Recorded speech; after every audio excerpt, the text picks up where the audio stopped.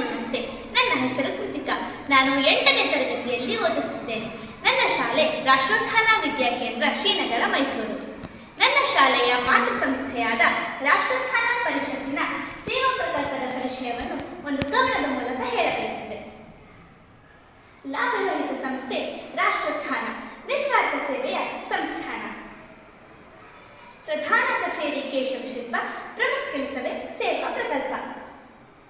ರಕ್ತನಿಧಿ ಕೇಂದ್ರಗಳ ಹೊಂದಿದೆ, ಜೀವ ಉಳಿಸಿದ ಕೀರ್ತಿ ಸಂದಿದೆ. ಕಚ್ಚಾ ಕಲಿಕೆಯ ವಿದ್ಯಾಗುರುಕುಲ, ಸ್ವಚ್ಛ ಸಂಸ್ಕೃತಿ ಹಿಂದೂ ಸಂಕುಲ.